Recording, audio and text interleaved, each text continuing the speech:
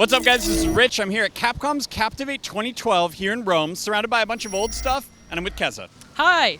So we saw quite a few games, but three really stood out to us. The first being Lost Planet 3. Yeah, where did that come from? It's completely different from the other two Lost Planets. Rather than being kind of four-player monster hunting kind of game, it's more of a story-driven thing.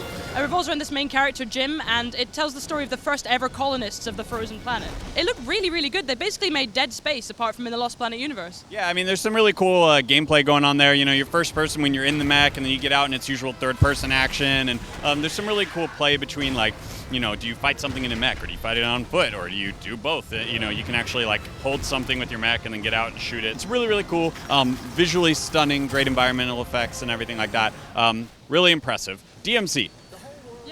We got to play DmC for the first time here, and they obviously announced it way out just to give people a chance to get used to the new Dante, who, by the way... Oh no, he's got black hair. Yeah, black hair. What's the Shoreditch haircut? So they announced it quite a while out to give people a chance to get used to the new Dante, who, by the way, I think is pretty sexy and a really cool character. It works really well. He's got some great one-liners, but also plays brilliantly, thankfully, and it plays a lot like old-school Devil May Cry, but it's just a little bit less finicky.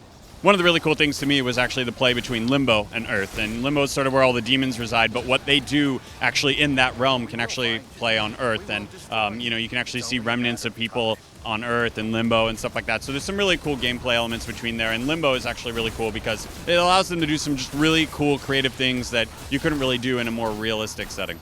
But I'm guessing your real highlight's got to have been Resident Evil 6, right? Yeah, that game's pretty. Zombies are back. This was like the first time we actually got to see somebody actively demonstrating the game to us. Really got first crisp details about the characters, storyline.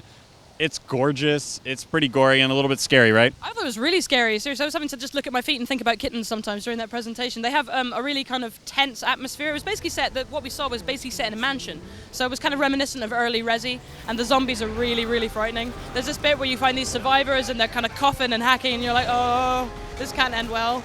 But yeah, I thought it was really impressive. It didn't really end well for them, did it? Yeah, so that's about it from Captivate. I mean, three really powerful games coming from Capcom in about the next year or so. You know, Resident Evil 6 actually got its release date bumped up, so that's always good. Get to play cool games early. So, you know, for more coverage on all those games and more, stay tuned to IGN.com.